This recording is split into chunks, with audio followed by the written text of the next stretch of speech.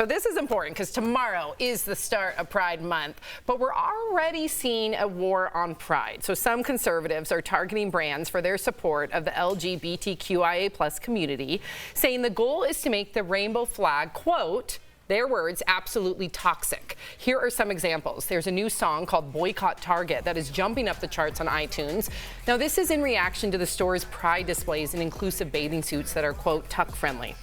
Bud Light is continuing to see drinkers boycott their beer. This is a video. You're looking at it right now from the George Strait concert showing lots of Bud Light left on vendors' shelves. There are also calls to boycott now Kohls over the store's Pride onesie for babies. Finally, North Face is getting backlash over a Summer of Pride Instagram post featuring a drag queen. Take a look. Hi, it's me, Patagonia, a real-life homosexual. And today I'm here with the North Face. We are here to invite you to come out in nature with us. Wow, this is nice. We like to call this little tour the Summer of Pride. So what do you think of this war on pride? And are brands going to regret their pride initiatives, especially if it costs them billions of dollars? What would you say, Erica? Well, I think conservative groups trying to make the pride flag absolutely toxic is just saying the quiet parts out loud, which is great in one capacity because y'all know how I feel about covert versus overt attempts to discriminate. But I also think it's an opportunity for everyone else to call this out as the false equivalency that it is. Everyone keeps talking about how the pendulum is swinging, but ultimately this is an attempt to really just discriminate against a group. And let's just keep in mind for people who feel like this doesn't apply to them because they aren't LGBTQIA+, the reason why it's so hyper-focused on LGBTQIA+, in my opinion, right now is because of the season. It's Pride season. So wait until the next minority group season and see what happens because this is a litmus test and everyone should be paying attention. At the end of the day, you have groups who really just want to say that they do not believe that the value of human life should be equally distributed amongst us all. And in this group, it's LGBTQIA+.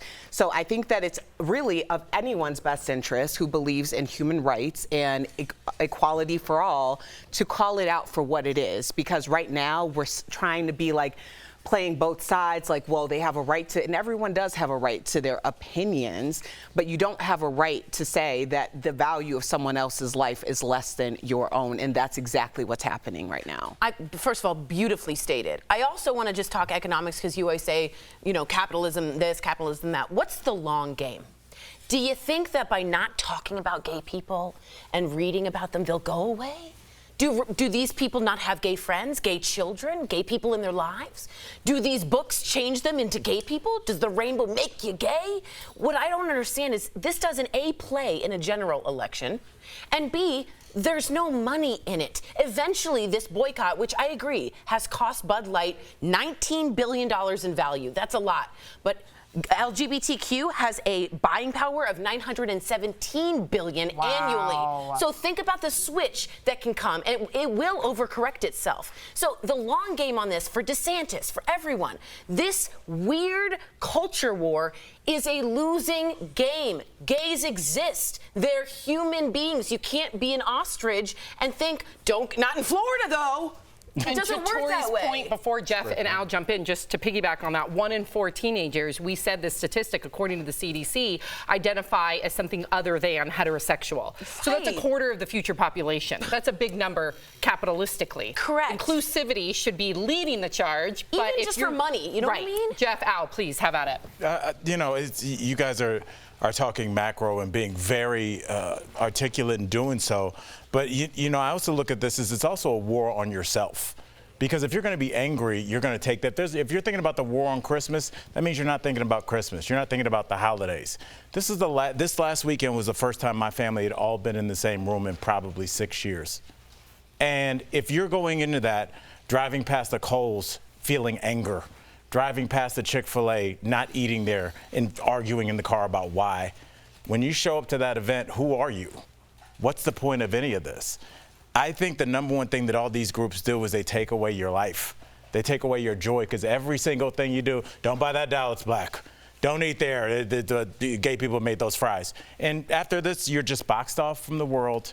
You're this weird person that's mad about everything. You're mad about what's on the football field. You're mad about what's on the radio. You're mad about what Kohls stocks in the back in swimsuits.